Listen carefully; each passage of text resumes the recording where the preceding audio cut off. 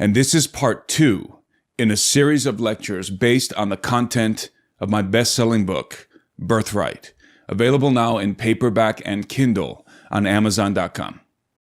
If you're listening to this lecture on my podcast, you can also watch it on YouTube by visiting my channel. If you're watching on YouTube, you can find it in podcast format by searching the Alberino analysis on your preferred podcast platform. In the previous episode of this series, we contemplated our place within the universe from a Christocentric perspective, which places Christ at the center of all things and makes mankind a secondary character in the story of creation. In this episode, I would like for us to consider the other characters in the story, namely our extraterrestrial elder siblings, a race of beings ambiguously denominated as angels in the biblical narrative. I am well aware that the term extraterrestrial is anathema in the worldview of many Christians, some of whom are no doubt already pounding away at their keyboards, composing scathing comments that accuse me of having abandoned the faith, or worse, of being a satanic deceiver. But the visceral reaction to this word is entirely unwarranted. A simple definition will suffice to exorcise its imagined demons. An extraterrestrial is a being whose provenance is not planet Earth. Notice that I did not say residence. Provenance is where you come from. Residence is where you reside. It is entirely possible for beings of extraterrestrial provenance to be residing on Earth, as we shall see, a concept which necessitates the defining of another associated term, alien. In the cosmological sense, an alien is a foreign being from an extraterrestrial world. However, generally speaking, any non-human being of advanced intelligence may be considered alien to the human species, regardless of its provenance. For example, if we should discover a race of non-human beings inhabiting the interior of our planet or a parallel dimension, we would be accurate in describing them as aliens, even though we are essentially co-inhabiting the same space. With our terms thus defined, we may venture the question, do extraterrestrials and/or aliens exist within the biblical paradigm? The answer is unequivocally yes. This should come as no surprise to students of the scriptures. The biblical narrative unapologetically introduces us to a race of beings that are clearly alien in every sense of the word, indisputably extraterrestrial, and incalculably ancient.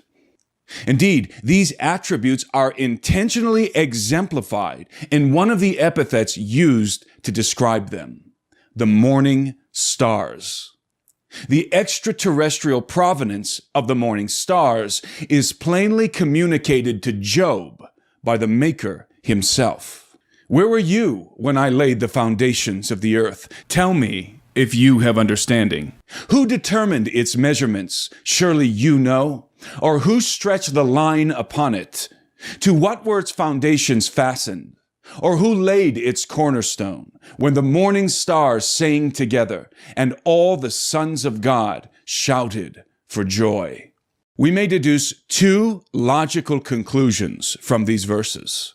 First, that they are not referring to literal stars, but the sentient sons of God. And second, that these sons of God are older than the earth itself, since they were present to witness its primordial formation. The motif of the morning star in biblical parlance is meant to convey pre-existence and preeminence. Like the planet Venus and other celestial luminaries visible at first light, the morning stars are children of the dawn. They constitute a race of heavenly beings that are both older and superior in nature than the human race. Hence the designation elder race, which I employ in reference to them. The pre-existence and preeminence of the elder race is manifest in the cosmology of the ancient Hebrews and presumed in the biblical narrative. In Psalm 8, for example, David writes, "When I look at your heavens, the work of your fingers, the moon and the stars which you have set in place, what is man that you are mindful of him, and the son of man that you care for him? You have made him a little lower than the heavenly beings, and crowned him with glory and honor. You have given him dominion over the works of your hands, and you have put all things under his feet." The heavenly beings to whom David refers are the Elohim, members of the elder race, who pre-existed mankind and in whose image man was made. We will discuss this point at length in a later installment of this series. For now, let's focus on the term most often used to describe them: angels. Reference to angels in the biblical narrative is ambiguous by design. In consequence of this intentional ambiguity, many fanciful notions have been concocted regarding the nature and function of the elder race. The Church of Rome, for example, has fabricated an entire angelic mythology modeled in the Greco-Roman style, complete with the figures of heroic angels sculpted in marble and painted on sanctuary walls. The anatomical depictions of these heavenly beings are the product of pure fantasy. The great cathedrals of Europe are covered in the sensual physiques of angelic females adorned in feathery wings, and the pedophilic portraits of chubby cherubim, usually depicted in the nude. Like the demigods of the Greco-Roman pantheon, the angels and saints of the Roman Catholic Church are revered as minor deities.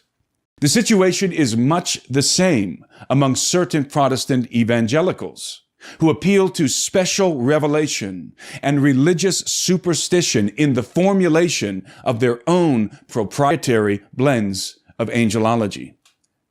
These individuals have managed to make of angels a servile race of winged attendants whose sole purpose is to comfort and protect them, or to do their bidding. Like the Catholic Church, they have assigned rank and duty to a florid variety of angelic beings inhabiting the fantasy land of their imaginations. Fortunately, most of their delusions can be dispelled with a cursory examination of the word angel.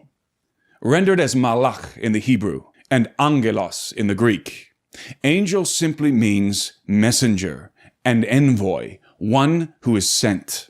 Hence, angel is a description of occupation rather than classification or kind. The word does not supply any insight into the provenance or nature of the person it denotes. Neither is it applied exclusively to heavenly beings. When functioning in the capacity of messengers and envoys, human beings are also referred to as angels in the biblical text. On the rare occasion that messengers of extraterrestrial provenance are dispatched to communicate with the inhabitants of earth, they always have the appearance of men. So much do they resemble us, or rather, we resemble them, that the writer of Hebrews, while reminding the church not to neglect the entertainment of strangers, includes the curious addendum. For by doing so, some have unwittingly entertained angels. Quite contrary to Renaissance imagery, there are no occurrences of female angels recorded in the scriptures. In fact, a feminine form of the Greek word angelos does not even exist. In addition, except in the context of prophetic iconography, or in the case of seraphim and cherubim, which are symbolic creatures subject to interpretation, angels are never depicted with wings. We do, however, often find them in possession of technology, such as vehicles of conveyance and weapons of war. It is also apparent that angels eat and drink, as they do so with both Abraham and Lot in the 18th and 19th chapters of Genesis. The biblical narrative informs us that some angels deliver messages, some engage in warfare, some execute the judgment of God, and some minister to the children of men. But we are never explicitly told who or what exactly they are. The question seems to be left for us to extrapolate. So let's extrapolate. The angels of heaven have a spoken and written language. They keep records. They sing and compose music. They eat and drink. They possess, wield, and assumedly build technology. And they are the subjects of a kingdom, complete with a complex system of government and a standing army. These are the hallmarks of society and culture.